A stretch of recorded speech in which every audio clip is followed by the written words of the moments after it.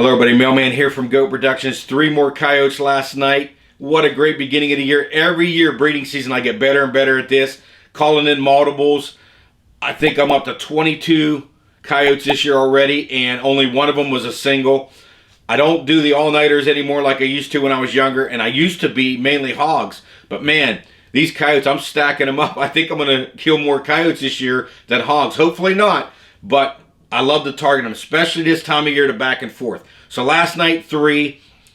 I'm going to break it into 2 hunts for you, and here's why. 2 different scenarios I run into in the breeding season, and I want you to take these, man, put them in your arsenal and pull them out sometimes and use them and become more successful with it. It is tough to get out there and learn how to call these things in, and I want to give you information. There's so many out there. You're not going to hunt the land that I hunt. I know you're not going to. You're going to go over to your areas and become more successful because my landowners, man, keep me there. But I want you to take a few of these things and maybe use them on your land and become more successful. So the double is going to be the first one we go over in this video. The next video, please check it out because I recorded the whole interaction. So I'm going to talk about the interaction in this one. The next video, man, we're going to go right to the sound, and you're going to hear the interaction back and forth. I wanted to record that. So when I go back down to hunt, I'm going to go where I heard the pairs or the groups last time, the closest ones. Normally there's 2. There's other ones that I'm able to go after, but I'm moving to the closest group or pair that I heard last time. Last time I was down there, I took a triple.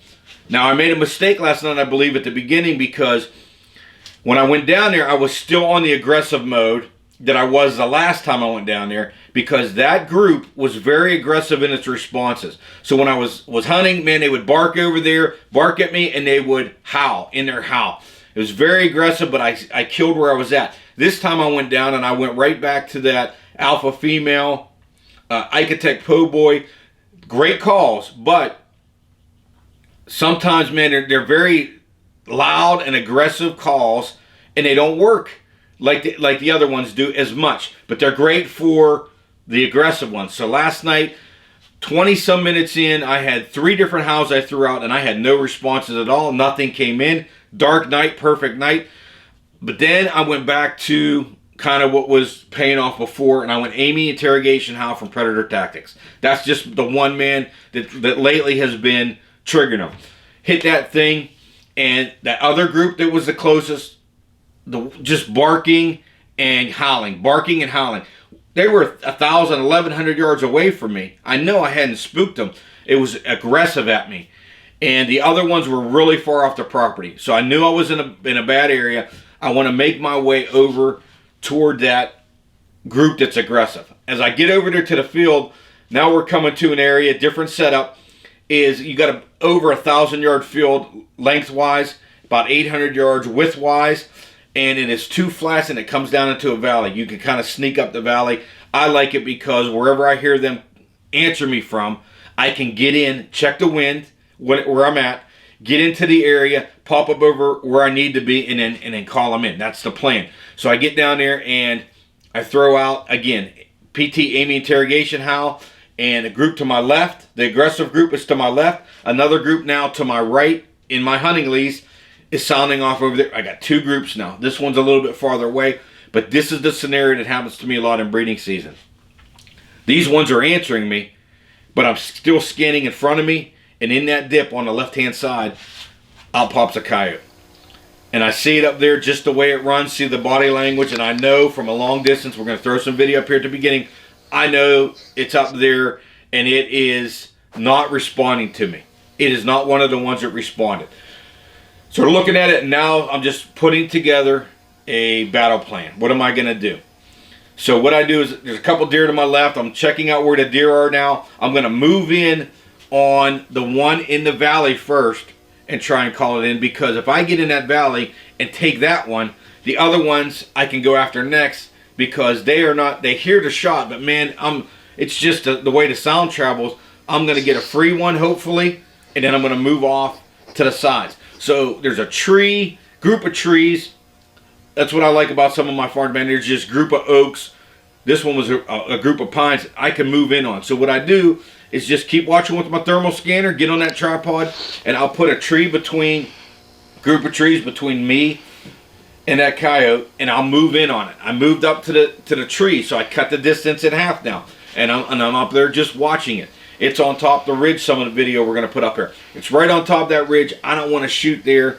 Can't shoot there because it's gonna go up into the woods. But man, I don't want to take that shot. I want to take a shot where I know where that bullet's gonna hit the ground. So I wait for it to go over top the hill. I slide up there to the top of the hill, and I put out. Now you're going into your social interaction calls. I don't want to go up there and just boom, hit him with a howl that close. So I just go into coyote scrap, just a little bit of it. I want it to show itself. So when I pop up over top the hill, I don't know exactly where it's at. A little bit of coyote scrap and wait. And pretty soon she comes down there. She's coming down there nice into the valley, right where I want to take that shot. I'm going to get hopefully a slam dunk, nice easy kill, and then I'm going to go after my howlers. Well, I sit there long enough, and now a male comes down over, and you're going to see they'll go nose to nose, and it's a pair, and they're going down into that ditch.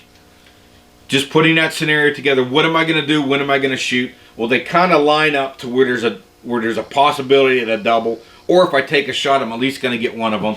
And I take that first shot, and I get the second one. I don't know how it went through. But it went past that first one, drops that second one right there. He walks up there, or he runs up there to just a little bit, but not to the top. Nice safe shot. He runs up there, stops, bam, drop a double in the ditch. Went after the one in the ditch, but man, I was able to drop two. Nice big male and a smaller female right there in the ditch, and now I can go after my howlers. So the great thing about this scenario was, even when they're responding to me, man, I'm still scanning. I find out one that wasn't vocal, but I can make a move on it. I slide in there, nice and close. Man, hit something. This time of year, because it's breeding, that's when I hit the coyote scraps, maybe a breeding, maybe an estrus, maybe something social call. Sometimes prey, vol squeak, and then you can pull them in that get in close, nice low volume sound, pull them in and take one, and now I can go after my howler. So nice easy hunt, probably 700 yards from my original place. I walked it instead of driving it. I just walked over there. I do a lot of walking on my properties rather than driving, and was able to take two. And now we're going to go after the howlers in the next video. And I'm going to bring you that great video of the recording actually in there. So please like, subscribe. Thanks for watching, man. I appreciate it. Use some of these tactics sometimes, man, whenever you're out there and you have them responding to you, but you see one, take the time, man. Just try and get in there nice and close. Go with that small sound and bring them in. Thanks for watching.